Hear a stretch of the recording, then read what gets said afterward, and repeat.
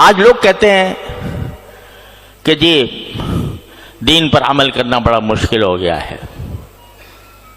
سارا معاشرہ بگڑا ہوا ہے، رشوت کا بازار گرم ہے، ہم کاروبار کریں تو کیسے کریں، بغیر رشوت کے کام نہیں ہوتا، ہم بازار میں نکلتے ہیں، گھر سے باہر نکلتے ہیں تو نگاہوں کو پناہ نہیں ملتی، اور نگاہوں کو کیسے بچائیں؟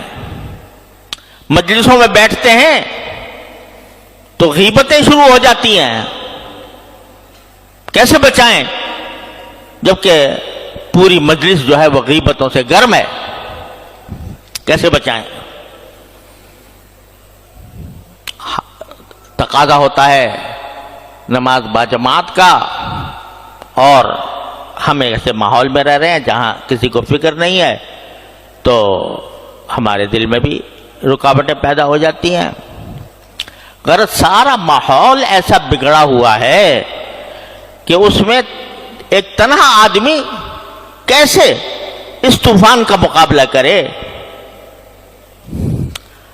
تو یہ دعا اللہ تعالیٰ نے تلقین فرمائی، ارے بھائی اگر مشکل پیش آ رہی ہے، دشواری ہو رہی ہے، پریشانی ہو رہی ہے، تو کیوں ہم کو نہیں پکارتے؟ کیوں ہم سے نہیں کہتے؟ کہو ربنا آتنا من لدنک رحمتا وہیئ لنا من امرنا رشدا۔ اے اللہ میں گر گیا ہوں اس ماحول کے اندر، ظلمتوں کا ماحول ہے، تاریکیوں کا ماحول ہے، گناہوں کا ماحول ہے، میں گر گیا ہوں، مجھے بچا لے اس سے۔ تو آپ مانگو گے، صدق دل سے مانگو گے، اخلاص کے ساتھ مانگو گے، تو ممکن نہیں ہے کہ رد ہو جائے۔ کوئی دعا اگر آدمی دنیا کے کسی مقصد کے لیے مانگتا ہے نا، یا اللہ مجھے فلاں ملازمت دے دے، فلاں منصب دے دے، تو وہ ضروری نہیں ہے کہ تمہیں وہ مل جائے۔ کیوں؟ اس لیے کہ جب اللہ تعالیٰ دیکھتے ہیں کہ اس بندے کو اگر یہ منصب دے دیا تو یہ اس کو خراب کرے گا، اس کے اندر تکبر پیدا ہو جائے گا، یہ دوسروں کے ساتھ ظلم کرے گا، نہیں دیتے اللہ میاں۔ اس لیے نہیں دیتے کہ تمہاری مصلحت کے مطابق نہیں ہوتا۔ لیکن اگر تم اللہ سے دین مانگو، صلاح مانگو، گناہوں سے بچنے کی توفیق مانگو، طاعات اور عبادات کی عمل کرنے کی توفیق مانگو، اور صدق دل سے مانگو، تو کیا وجہ ہے کہ اللہ میاں قبول نہ کرے؟ دشمنی ہے تمہارے ساتھ اللہ میاں کو۔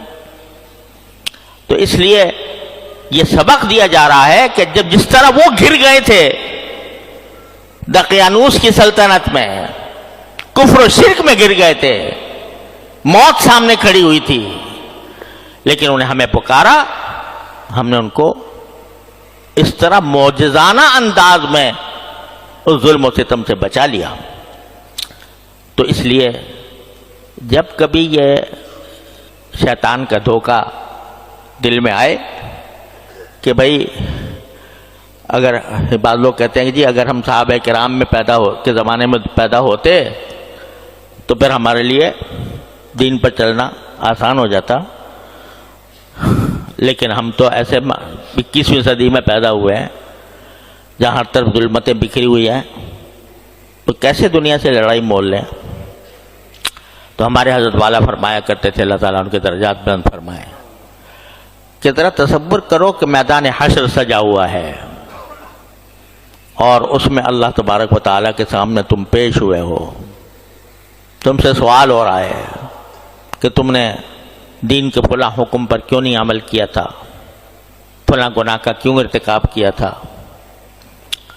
جواب دے دو اللہ میاں کو کہ اللہ تو نے پیدا ہی ایسے موقع پہ، ایسے زمانے میں پیک کیا تھا جہاں طرف فسق و فجور کا بازار گرم تھا، تو وہاں میں اپنے آپ کو کیسے بچاتا؟ تو اللہ تعالیٰ اس کے جواب میں اگر یہ فرمائے کہ اگر تمہیں مشکل پیش آ رہی تھی مجھ سے کیوں نہیں مانگا؟ میں نے جگہ جگہ قرآن کریم میں فرمایا ان اللہ علی کل شیء قدیر۔ کیا میری قدرت پر بھروسہ نہیں تھا؟ کیا میری رحمت پر بھروسہ نہیں تھا؟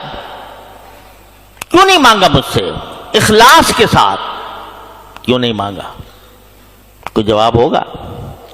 لہذا اگر کبھی یہ خیال آئے، ایک آدمی ہے کسی گناہ میں مبتلا ہے، نہیں چھوڑا جا رہا اس سے، تو یہ تو کرے کم سے کم روز مانگے، چلتے پھرتے مانگے، اٹھتے بیٹھتے مانگے، یا اللہ میں پھنسا ہوا ہوں، اپنی رحمت سے مجھے اسے نکال دیجیے۔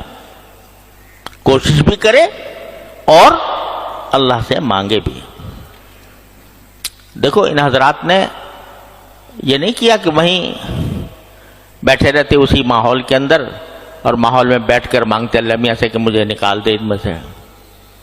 اپنی جتنی استطاعت تھی بھاگ کے غار میں گھس گئے، اتنا کر سکتے تھے نا، یہ اپنے حصے کا کام انہوں نے کر لیا، باقی اللہ پہ چھوڑ دیا۔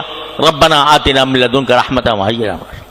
یہی تم بھی کرو، جتنا تم سے ہو سکتا ہے اتنا قدم بڑھاؤ اور پھر اللہ کو پکارو، اپنے پروردگار کو پکارو، کہو ربنا آتنا من لدنک رحمۃ وہیئ لنا من امرنا رشدا۔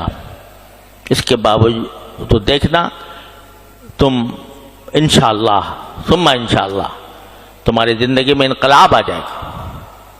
اور اگر بالفرض نہ آیا جبکہ تم نے کوشش بھی جاری رکھی تھی اور اللہ سے مانگتے بھی رہے تھے، تو کم از کم اللہ میاں کے سامنے یہ کہنے کو تو ہوگا یا اللہ ہم نے تو مانگا تھا آپ سے، ہم نے کوشش بھی کی تھی، مانگا بھی تھا۔